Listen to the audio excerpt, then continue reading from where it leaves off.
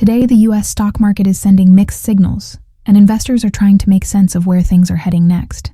The Dow Jones Industrial Average is hovering around 49,100 and recently fell about 0.6%, showing renewed weakness in traditional blue-chip stocks.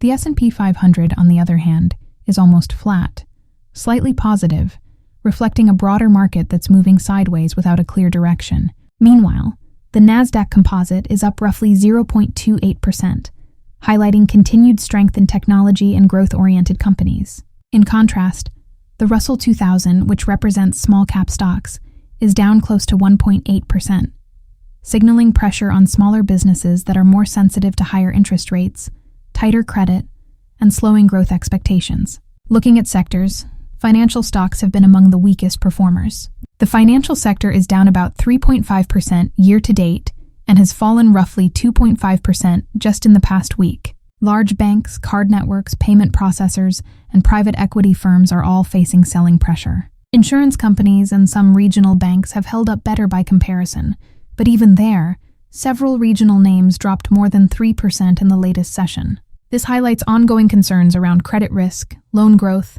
and exposure to higher interest rates. At the same time, investor attention is slowly shifting away from traditional lenders and toward fintech companies, which may benefit from policy support focused on affordability and fewer legacy constraints. Energy and materials have been among the stronger sectors recently, supported by rising commodity prices. When the dollar weakens and inflation concerns remain in the background, assets like oil, industrial metals, and gold tend to attract capital.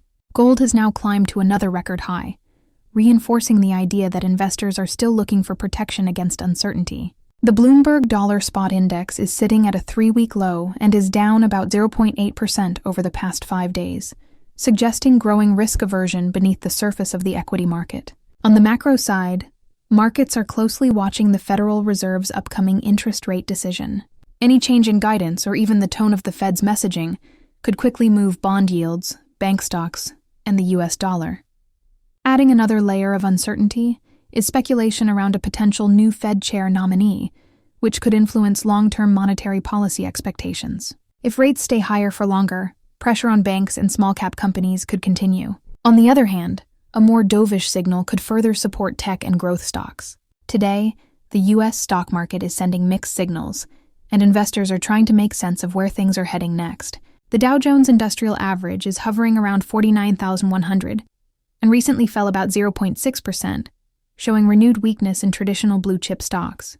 The S&P 500, on the other hand, is almost flat, while the Nasdaq composite is up roughly 0.28%. In contrast, the Russell 2000, which represents small-cap stocks, is down close to 1.8%.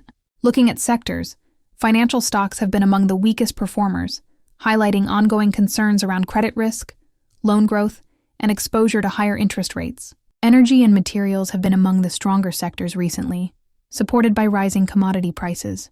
When the dollar weakens, assets like oil, industrial metals, and gold tend to attract capital. Gold has now climbed to another record high, reinforcing that investors are looking for protection against uncertainty. On the macro side, markets are closely watching the Federal Reserve's upcoming interest rate decision. Any change in guidance could quickly move bond yields, bank stocks, and the U.S. dollar. Looking at the broader global picture, commodity prices are projected to decline for the 4th consecutive year, driven by weak global growth and an ample oil supply.